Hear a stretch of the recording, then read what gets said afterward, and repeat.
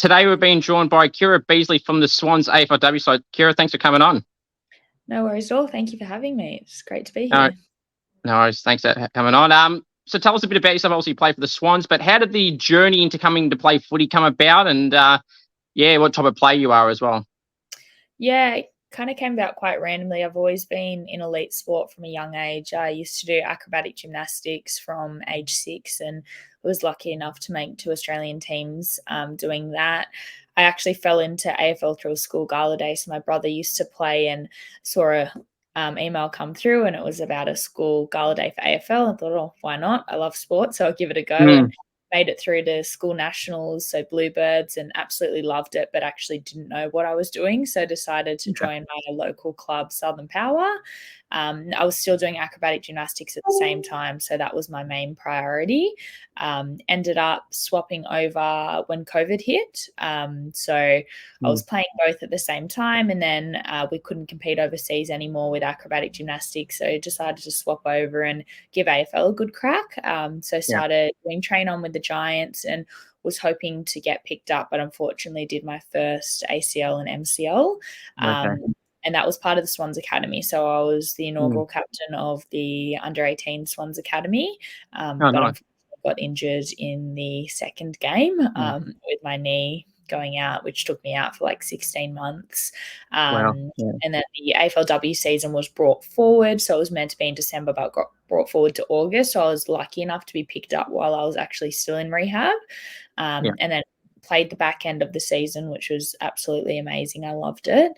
And then back signed on for my second year, but unfortunately I've done a second ACL. This one was a partial one with a full MCL as well. So spent this year in rehab. Unfortunately, knee's amazing at the moment. At the pretty much back end of rehab. So yeah, feeling really confident in it, able to be back training with the girls, which is amazing. Just very unfortunate timing of events because our season's so short as well. Yeah. So with the injuries, how have you coped with that? Obviously, doing one isn't good, but then to do a second one, how did you feel the first time you done it, and then the moment the second time happened the second time? Yeah, I think both were different experiences. The first time I'd done it, I guess you always hear about the infamous ACLs, but I was doing all of the injury prevention. And again, we were playing at academy level. It just wasn't something that was on the top of your mind. I didn't realize straight away that I'd done it. I was in a lot of pain. The physios came out to me on the field, and I've never been walked off the field. I've dusted off and keep playing. And yeah, I was in heaps of pain. Physios came out. Do you think you can walk off? And I'm like, are you kidding me? I was just in so much pain. There's no way. But being me, I was like, all right, I'll try, and walked off. And because they were full ruptures of my ACL and MCL, I wasn't actually in pain walking off. It felt loose, but I was like, oh, I'm fine. Like I can go back out. And they were like, no, like we need to test your knee. Obviously broke down when I found out it was ACL. They told me on the sideline they were pretty confident. But that's actually when Nick Davis, who's one of our assistant coaches at the moment, said it's okay. By the time you're back, the Swans AFLW team or the Swans would have an AFLW team. So that became my priority to make that. And it's kind of something that really kept me motivated when I was waking up at 4:30 to get rehab done before work in the middle of winter. Something that really kept me motivated. The second one was obviously a little bit different. As soon as I'd kind of hurt my knee, I just broke down and lost it because I was obviously aware of what it could have been. It was only a partial tear this time, so obviously not as bad. And we went with a bracing protocol, which meant I didn't have to have surgery, which was amazing. And that's allowed me to get back quicker. So yeah, it's obviously a very tough injury, especially the timing of it. It wasn't in our off season. It was like 2 weeks before our preseason started. So I was stuck inside the gym, not outside with the girls. And that's obviously you try because you love it. And not getting to do that is super tough. But I've come out a lot stronger from both of them. I think you say rehab makes you stronger and adversity makes you stronger, but you've got no choice to get stronger and become more resilient. So I've definitely learned heaps about myself and how much I've got to give even when I feel like I've got nothing left. That's good to see that you're on the mend and going well. Now, something very positive here. In the 2022 draft combine, you set records, it says, an all-time across the 20-meter sprint, vertical and running jump. How was that time for you? That of all the negative stuff around at the moment, I'm sure that's one of the positives. Yeah, I think that's something I'll be forever proud of. I Mm. was kind of going into it as I said, I'd swapped over from Acro. The Giants were showing interest. Obviously, the Mm. Swans Academy was starting up, and I was just like, I'm just going to give it my best shot. I didn't expect that at all.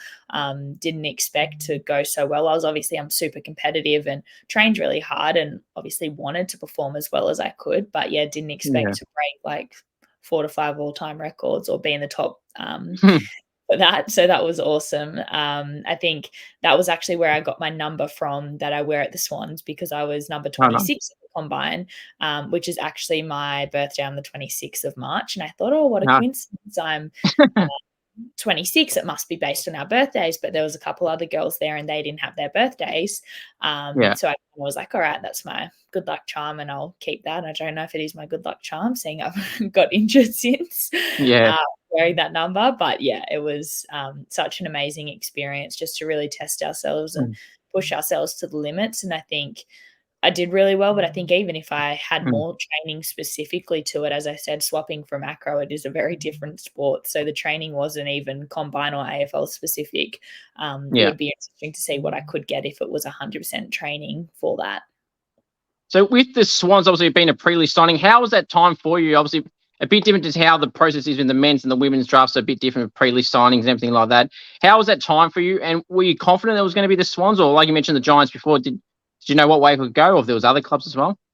I think I had my heart set on Swans. Obviously, they're the team I support as well, so it's Yeah, amazing to be playing at the team you support. But just the definitely. relationships I'd made and being part of the Bloods culture originally through the academy, I really fell in love with it, and the ability to want to push yourself and be better each day was something that I guess found aligned with my personal values and goals as well. So yeah, Mm. I think for me it was the Swans, and that was my priority, to stay in the academy, get picked up with coaches and the culture that I knew. Obviously, I love footy, and I would always be open to different opportunities, and I want to be playing footy no matter where that is. But yeah, if I had a preference, it would be the Swans. Mm. So in your first season last year for the Swans, you played 4 games in that year. Uh, How was your debut game? I know it was a tough one for the team, obviously against North, but how was that time for you though? It must be pretty cool. And the moment leading up to that game, were you nervous? How was it after it as well? Yeah, I was definitely nervous going into the game. I think it was really special. Ruby, who I actually played local footy with, we actually debuted the same week, which was really cool. Yeah. It was a super tough game for us. I think our meters per minute and everything were through the roof in comparison to our other games, but it was a Mm. great experience. I think it's always awesome to verse a team who is obviously a clear standout, and they've Yeah. done well again this year. But yeah, we're Mm. coming for them, and compared to last year, we've definitely stepped up, and I think that's credit to the massive off season we put in. That's actually when I did my knee in our off season game, so we were back training in the club from January, because we knew we had work to be done to come back and really show people what we had. Yeah. So for the team this year, I spoke to a fair few of the Swans girls on here. Had Brenna Tarrant on, Alana Wood would have had a fair few other players on here as well from the Swans. And they're all so happy with how the season's panned out. I've had them on probably the last 3 weeks. So I was in finals. It must be pretty cool to be experiencing when for a side that was in their second year right now and their first year not winning a game, and then boom, just rise really well like this, and now playing finals. Yeah, I think it's credit to the work everyone's put in together. It's super exciting, I guess, to go from it. We knew we had to win games this year, and we knew we could, and we knew we would. But I guess, yeah, 0 games to finals is something pretty impressive. And yeah, credit to the Mm. girls, credit to all the staff and everyone's. It's just all the hard work and the connections we've built with each other, and time as well. We didn't have a lot of time in our first year, so we've had that Mm. luxury this year. That'll be super exciting to see how they go this weekend. We're all going to be there to support them, and I think Yeah. they can get it done and keep progressing all the way deep into finals. So you mentioned there the final with Gold Coast Suns this Saturday night at Yeah. Heritage Bank. How are you feeling going into that? And who do you think you have to quell the influence of to get that win? Obviously, a big out for them, Charlie Rowe, but I'm not playing for the whole final series. Obviously, be a key out. But who do you need to negate the role of to get the job there? Yeah, I think for us, we're going in confident. I think we've Mm. played some really great games over the last couple of weeks, and we've found a way to win, even if sides have, I guess, studied us and realized what we do in our game plan. We've found a Mm. way that even if you going to put up a bit of a fight. We're there to win that arm wrestle as well. I think across all players, obviously, we know we've got our key players that really do stand up in times, but it's been a big focus across all the girls for everyone to stand up and own your own moment, even if it's a small moment like laying a tackle or blocking for your teammate, picking your teammate up off the floor. It's all those little things that are going to get us the win. I don't think one specific player will get us over the line. It has to be a team effort. Yeah. What's the week to week like for an AFLW? You obviously mentioned earlier about getting up at 4:30 for the rehab. Now, at the moment, is it still around that time? Like, how's the week to week like for you? Yeah, so it's a little bit different now. So the first rehab I did, that was during the academy, so things were a little bit different. It wasn't part of a program. At the moment, training, obviously finals is dependent on when games are, but we all pretty much, most of us are working outside, which does make life a little bit trickier because obviously on days where you're not training, you want to be focused on resting, recovery and everything like that. But most of us have to work, and then we're squeezing in recovery at the end of the day or before work starts. Yeah, that's a little bit trickier. Super lucky with the facilities we have. We get to work actually from the facilities. So most of the time I'll train or get to training early. For example, tomorrow we've got an afternoon session. I'll get there in the morning, work from the facility, put some recovery boots on and kind of kill two birds with one stone, get some recovery and work done. But yeah, it definitely is tricky having that balance. But I think we're on the pathway to, I guess, full-time in the AFLW, which is super exciting. But at this moment, yeah, we do need to balance both off-field and on-field commitments. Who would you say is your favourite teammate at the club? Oh gosh, that's a hard question. I don't know if I can answer that. I'll have daggers if I don't choose the right person. They're all equal, are they? Yeah, it actually is really hard. And to be honest, we're all super close. We spend so much time together. But yeah, and I think if you look at every individual player, everyone brings something else. Obviously, being in rehab, gotten really close with the rehab girls because I guess they weren't there, we wouldn't have got through it. We've seen each other bawling our eyes out in the gym. We've been there when we've taken our first steps off crutches and everything like that. So definitely have to have a soft spot for the rehab girls. But yeah, across the whole team, they're like sisters. We spend so much time with each other and you want to support everyone in the best way possible. That's fair enough answer too. Danielle Ponter's goal from the start of the season. Do you remember that goal from the centre square that she kicked? Yes, yeah. Yes. Do you think you would be able to replicate that, or anyone in the team that would be able to replicate that, or thinks they can? I'd probably say Chloe Malloy could. I don't know if you've seen her goals this year, but I think she's racked up quite a few Goal of the Year nominations. So yeah, I'll expect something like that from her this weekend, to be honest. Fair. Any nicknames you get at the club? I've got KB. Mine's pretty standard. It's just my initials. But yeah, that's pretty much across the board. I'm known as KB. No one really calls me Kiara at the club. So it's a nice one. It's a bit shorter, but not too funky. There were some weird ones back at Power that were flying around, but yeah, it's pretty simple. Okay. Yeah, pretty plain and simple being KB for sure. Any coaches' pets? Does Scotty have any coaches' pets?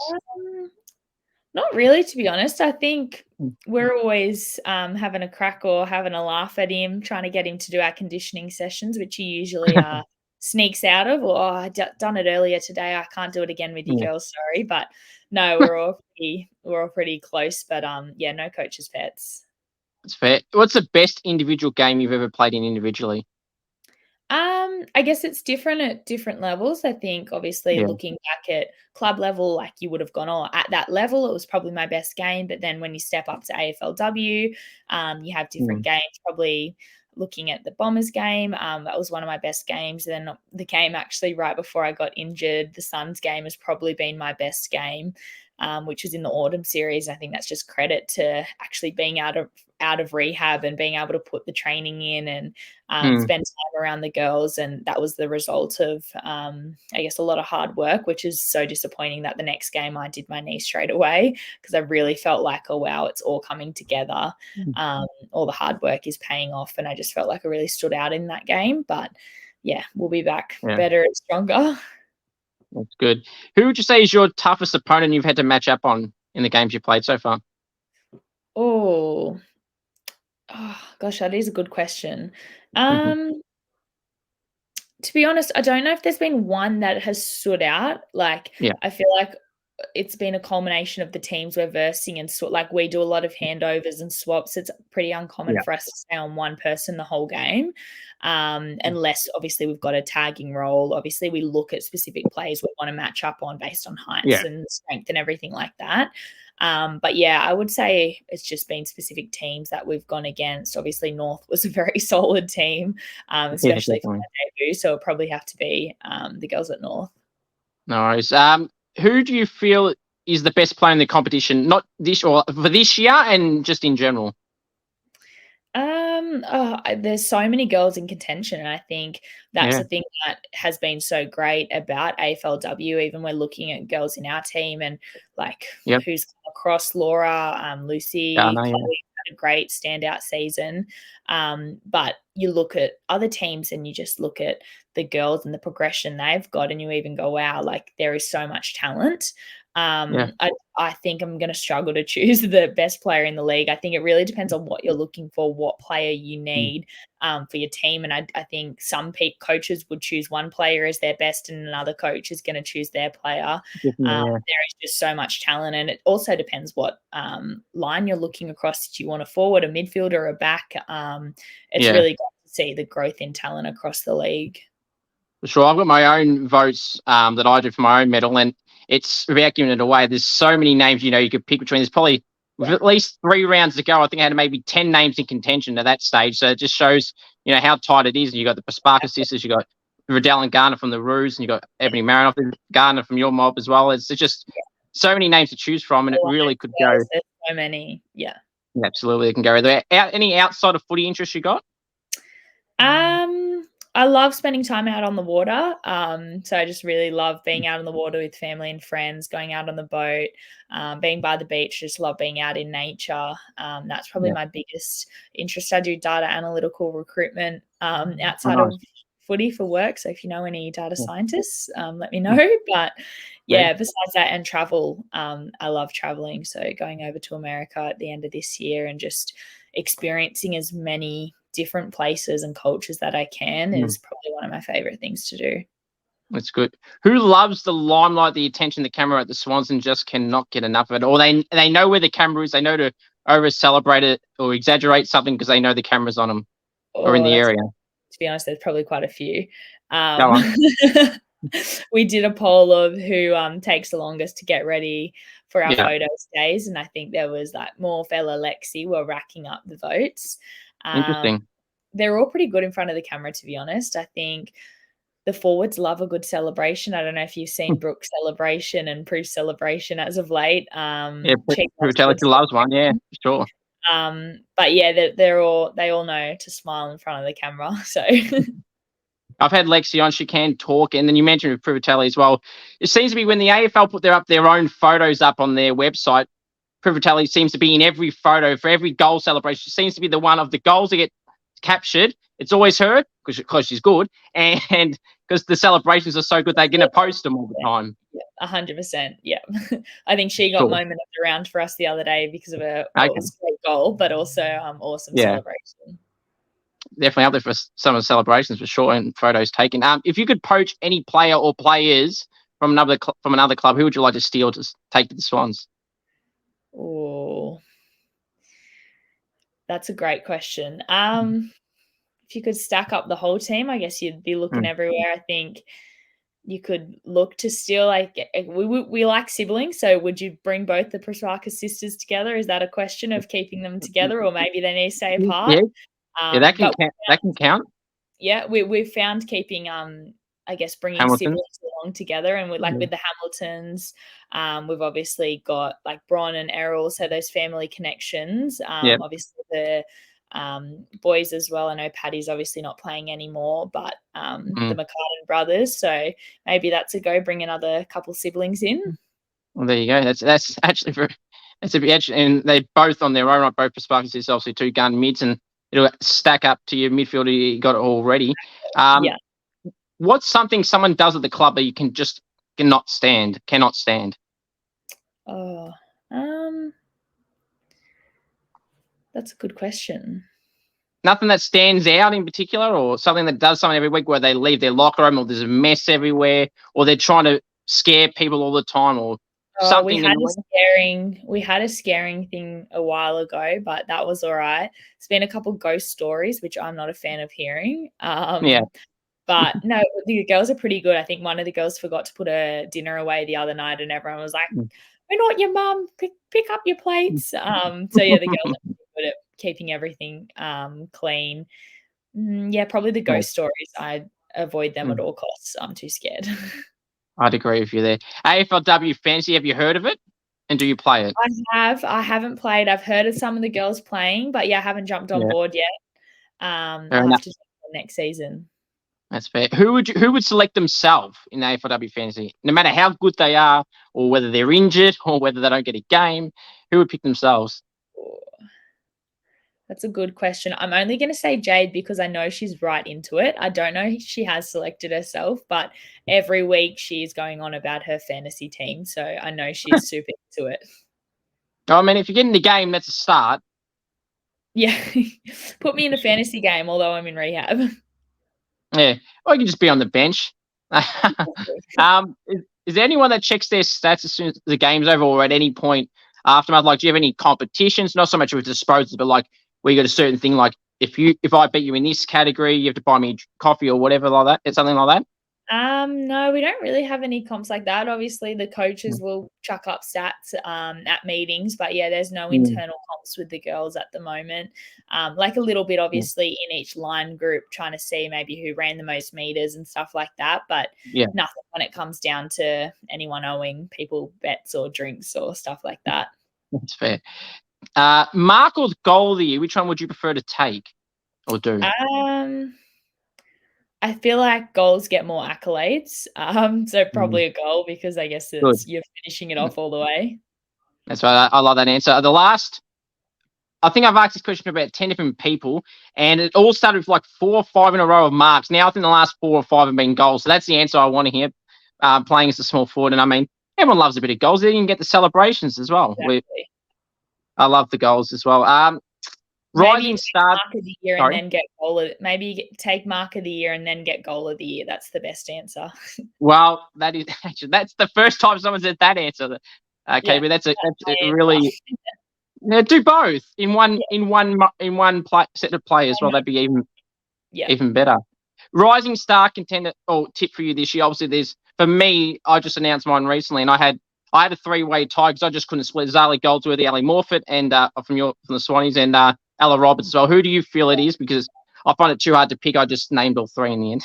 Yeah, to be honest, I agree with you. I have to back in Morphy for Rising Star. She's come out and had an amazing season. Unfortunately, got injured with a couple games to go and won't play this weekend. But yeah, she has absolutely killed it this year. So she's my bet for Rising Star.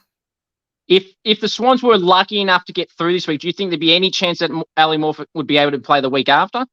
I have absolutely no clue. I guess it really comes down to physios and their decisioning and scans and everything like that. I mean, I'd love for everyone to be back playing, but it really depends on, I guess, where she's at and what their decision is. That's fair. Extended season. Happy that the season's going to be extended next year, further few more games and hopefully more years after that.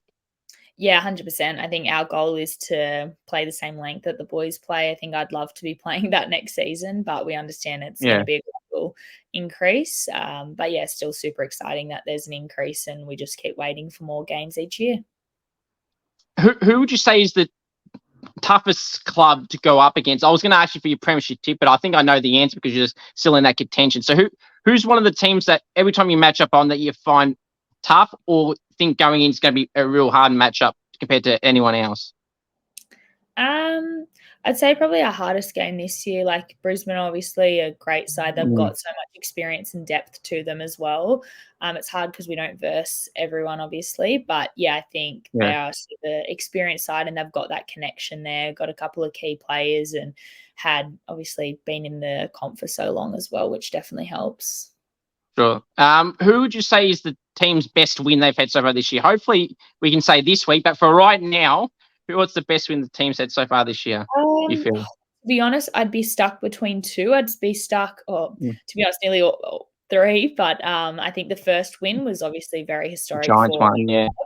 But I think even Scotty spoke about it. Our first win isn't the most important. It's no good us winning one game and going winless for the rest of the year. So even your second win then becomes really important. But I think the way we stood up against Collingwood was something, especially against Freo. Like, that was a super tough game. That was finals pressure. And it really showed that when we want something, we're willing to play Bloods footy and put our DNA on the line and come through. So I know I've given you kind of three answers, but there's my different reasoning. The first one is historic, but I think that ability to stand up against teams where the odds probably weren't in our favour and play our way is something that's really shows how much potential we have for the future.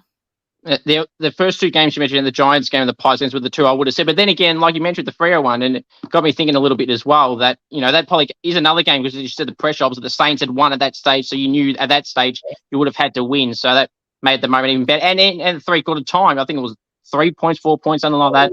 20-3. So, 20-17. So, yeah, 3 That's points. right, yeah. So, it made the pressure more. Amount as well to beat the percentage. Right. So, yeah, a lot of pressure was on the line then. Were you in that footage where, I don't know who posted, I think it was Kate Reynolds might have posted it, where there was, I think, a bunch of girls in the room watching, I'm assuming from in Sydney. Were you a part of that? I did that as well, yeah. You did. So how was that moment there? Obviously, we've seen the footage of that, but how cool was that moment? Yeah, it was awesome. Like, we had rehab and like training that morning and hung around at the club all day. We watched the Saints game, we watched the Collingwood game, and obviously Collingwood lost and then Saints won. So we're like, okay, it's out of us or Saints. And the game was stressful the whole time. There was no clear winner.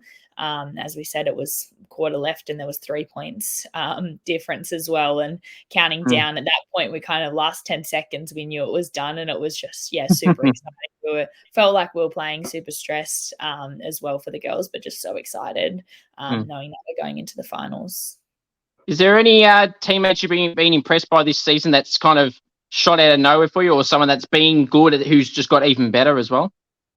I think the biggest surprise to everyone, obviously, I think league-wide as well, has just been Laura Gardner in terms of how much she's stepped up. Obviously coming across and maybe even fighting for games to now being one of our biggest standout players, making team of the week nearly every week. So I think she's absolutely killed it. I knew from our pre-season trainings that we were kind of doing in the off season that she was a very talented player, super hard worker, but yeah, I think she's surprised a lot of people this year. Sure. I mean, in my own team in the weeks that I do, I think I don't know the exact number, but she's pretty much been in every week, which just shows how strong and super consistent she really is, and at a younger age as well, being a star mid for you girls. Who's an underrated player in the competition, either at Sydney or elsewhere, that you feel that doesn't get enough attention that deserves to get a bit more, and they're going under the radar and no one really mentions them? I think she's getting a bit more mention this year, but I would say, like, from our team, actually, BT, so Brenna Tarrant.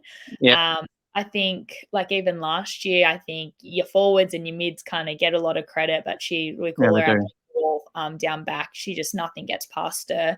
And I think this year, like, she's made a couple of team of the weeks. She made the most recent one. So I think she is starting to get that credit that's been deserved. But yeah, I think it's a little bit overdue, and I think she probably even deserves more. But yeah, she's a really big staple for us down back. Lucy is so super important as well, but I think she's obviously a little bit more well known coming from Melbourne as well, and also as our co-captain. But yeah, I think BT goes under the radar a little bit. She definitely does, and she did make my All-Australian team, which had it in my podcast a couple of nights ago. But yeah, she's had a terrific season, and as you mentioned, probably does go fly under the radar. And as you said, the backline plays don't get as much as a whole, not just BT, but anyone as a defender don't really get talked about as the mids, because they're not kicking 3 or 5 goals a game, and they're not getting 30 plus disposals every week.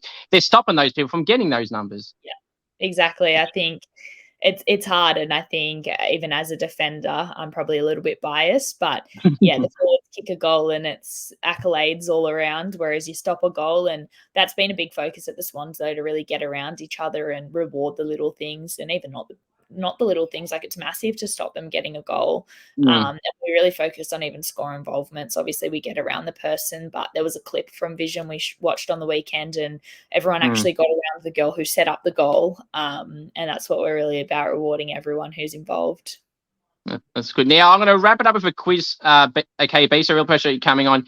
It's of your own teammates, their current play. So I'm going to give you 3 questions. So how this will work is I'll give you 2 clues, then you'll have to guess who you think it is. And then if you get that wrong, I'll give you 1 final clue, and then you'll have to get it there. How do you think you'll go? Because I've done quizzes the last 3 people, and they've all got 3 out of 3. So how do you think you'll go?